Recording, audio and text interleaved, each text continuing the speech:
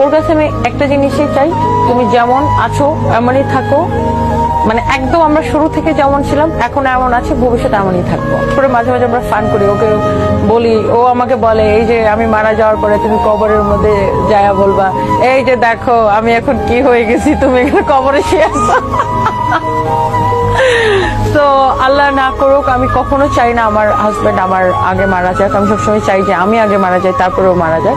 ও কোনোদিন না থাকে, আমি থাকি, তাহলে আমাদের যে স্বপ্ন, আমার ছেলেকে বড় করা, মানুষের জন্য কাজ করা, আমার স্বপ্ন আর ওর স্বপ্ন সেম। আমার আসলে খুব ইচ্ছা আমি একটা বৃদ্ধাশ্রম করবো। তবে আমি আসলে কাজের মধ্যেই থাকতে চাই, এমন না যে আমি আরেকটা বিয়ে করবো বা অন্য কোনো কিছু।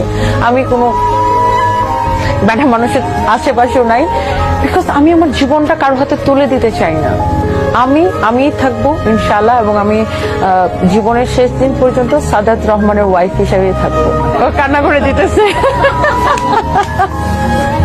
আচ্ছা, আমি তোমার কাছে জানতে চাই, তোমার কি মনে হয় যে মানে তুমি মারা যাওয়ার পরে আমি কি করতে পারি? Extremely difficult question. যেটা বললাম, আমি বিশ্বাস করি তুমি এভাবে থাকবো, বাচ্চাদের বড় করবো, তোমার বিয়ে করবো, না বিলিভ দ্যাট।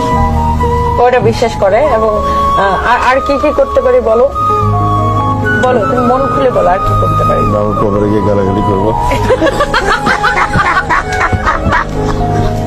গালাগালি কেন? বকাবকি আর কি করেন নাকি আপনি?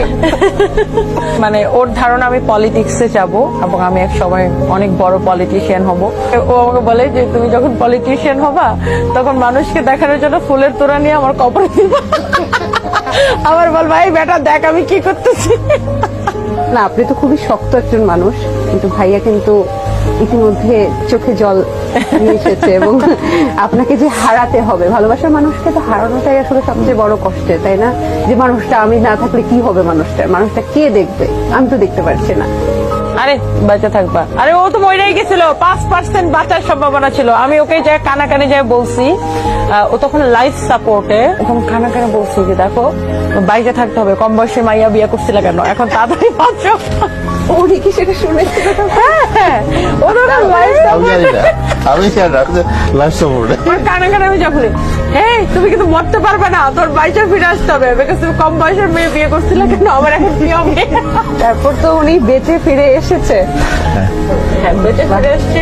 ওকে সাহস দিতাম, আমি যা কান্নাকাটি করার বাইরে কান্নাকাটি করে ভিতরে আমি ঢুকতাম, একদম নর্মাল সিসিউতে একদম নর্মাল ঢুকতাম, আর ওকে সাহস দিতাম যে দেখো সারপ্রাইজকে বড় করতে হবে, তোমাকে সুস্থ হয়ে ফিরতে হবে। বিকজ আমাকে ডাক্তার বলছে একজন পেশেন্ট একদম 1% সম্ভাবনা থেকেও ফিরে আসতে পারে যদি তার মনের জোর থাকে। সো আল্লাহ এটা কবুল করছে আলহামদুলিল্লাহ, যে ও মানে ভালোভাবে, ও এত মানুষের দোয়া পাইছে, মাই গড আমি কি বলবো। ও খুবই ভালো মানুষ, আর ও মোটেই, যারা সুগার ড্যাডি বলে আমার খুব খারাপ লাগে, ও মোটেই সুগার ড্যাডি না। ও হচ্ছে সারফরাজ সানভীর ড্যাডি, এবং ওর অবশ্যই ওর আগের ছেলে, ওর ছেলে মেয়ে যারা, তাদেরও ও বাবা। ও কোনো অবস্থাতে সে সুগার ড্যাডি না, সে শুধুমাত্র আমার একমাত্র স্বামী। আমি যখন ভাইয়া এবং ভাবি দিকে তাকাচ্ছিলাম তখন দেখছিলাম যে তারা যখন একজনকে ছাড়া একজন থাকার চিন্তা করছে তখন দুজনের চোখে কিন্তু পানি চলে এসেছে, এবং এটা তারা আসলে ভাবতেও পারে না। সত্যি ভালো যাকে বাসবেন তাকে হারানোর ভয়টা আসলে সবচেয়ে বেশি থাকবে। বেশি ইমোশনাল হয়ে গেছে, সবসময় এরকম দেখতে চাই। হ্যাঁ ও খুব ইমোশনাল। আপনার চোখেও পানি? না, আমি ওকে অনেক হাসাই। আচ্ছা, আমরা শেষটা হাসি মুখেই যেতে চাই, এবং আমরাও চাই যে যুগ যুগ ধরে আপনারা একসাথে বেঁচে থাকেন, একসাথে। আমি চাই যে সবসময় এরকম যেন থাকে, আমরা সবসময় এরকমই থাকি, এটাই চাই।